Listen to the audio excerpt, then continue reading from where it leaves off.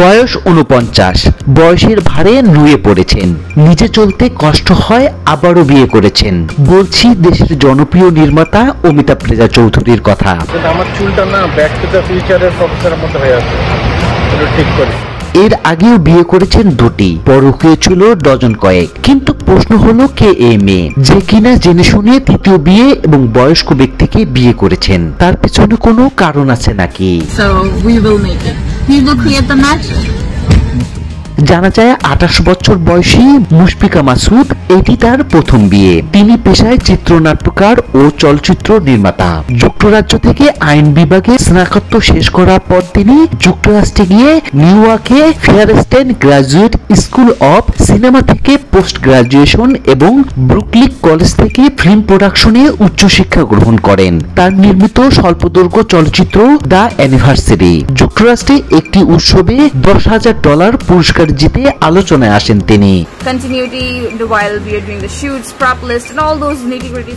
তাহলে কি এই মেয়ে নিজের ক্যারিয়ার জন্য বয়স্ক অমিতাভকে বিয়ে করলেন? দুজনের একটি স্থিরচিত্র ফেসবুকে পোস্ট করে অমিতাভ রেজা লেখেন, কখনো সহযাত্রী কখনো সহযোদ্ধা, কিন্তু কখনো ভাবিনি আমার থেকে ফাজিল কারো সাথে জীবন কাটাবো।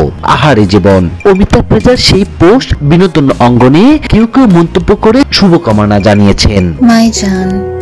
When you are lost in thought. Amitabh Reza সম্পর্কে মুশফিকা মাসুদ বলেন, অমিতাভ খুবই চমৎকার একজন মানুষ, অসাধারণ মেধাবী, দুর্দান্ত সিনেমা পরিচালক। আমরা দুজন একই ভাষায় কথা বলি। সত্য কথা বলতে ও যেভাবে ভালোবেসেছে কোনো বাঙালি এভাবে ভালোবাসতে পারে তা সত্যি অবিশ্বাস্য।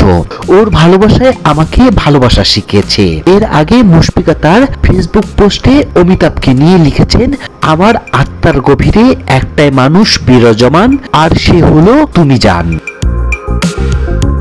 দুজনের একটি স্থির চিত্র পোস্ট করে মুশফিকা লেখেন, একসঙ্গে আমরা বিস্ময়কর ভাবে শক্তিশালী। সেই স্থির চিত্রে মন্তব্য অমিতাভ রেজা লেখেন, তুমি আমার সৌন্দর্য, তুমি আমার জীবন, তুমি আমার চার্লি চ্যাপলিন। পাল্টা জবাবে মুশফিকা লেখেন, তুমি আমার ওয়াঙ্কার ওয়াই।